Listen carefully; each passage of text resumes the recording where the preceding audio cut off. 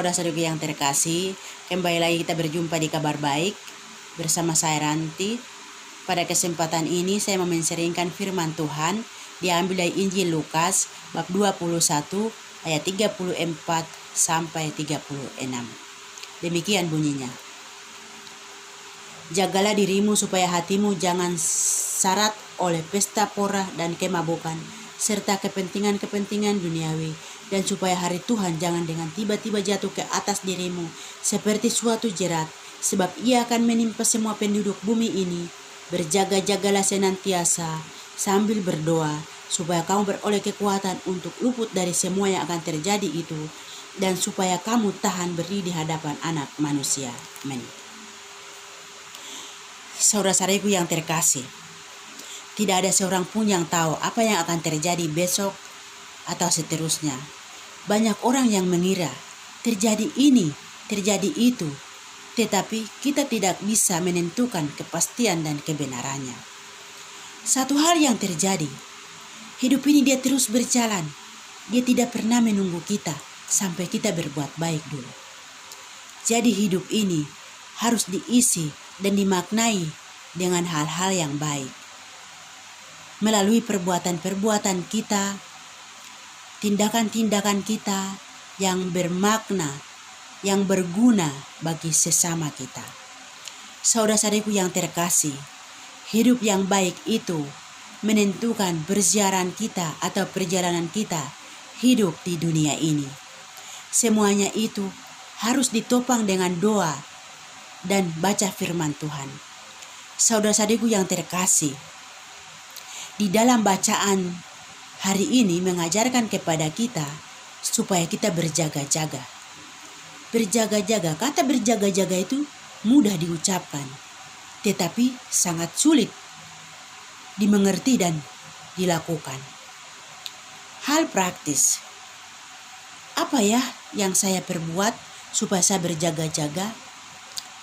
Saudara-saudariku yang terkasih, berjaga-jaga dengan cara menjaga hati kita, menjaga perkataan kita, pikiran kita, perbuatan kita. Tetapi yang penting yang harus kita jaga adalah jaga hati kita, karena semua yang keluar itu dari hati. Jadi kita jaga hati kita supaya kita kudus di hadapan Tuhan. Hal yang kedua, kita menjauhkan diri dari hal-hal duniawi.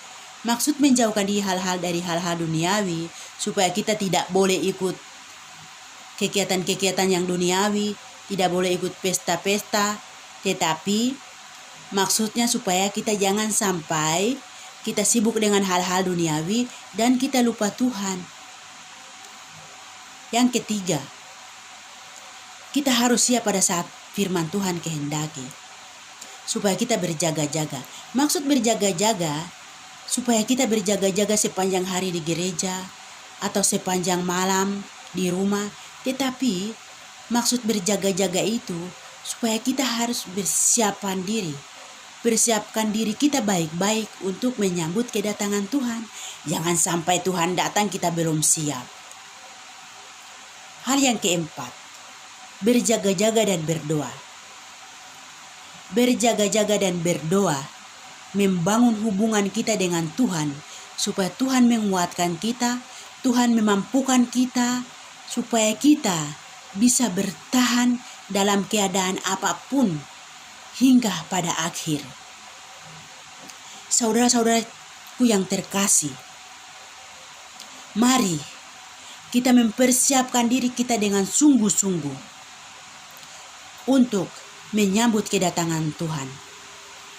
Supaya kita menyambut kedatangan Tuhan dengan sukacita, dengan gembira, karena kita sudah siap. Jangan sampai kita menyambut kedatangan Tuhan dengan ketakutan, dengan khawatir, karena kita sudah menyia-nyiakan kesempatan, menyia-nyiakan waktu yang Tuhan berikan kepada kita. Amin. Mari kita tutup dengan doa. Di dalam nama Bapa dan Putra dan Roh Kudus. Amin.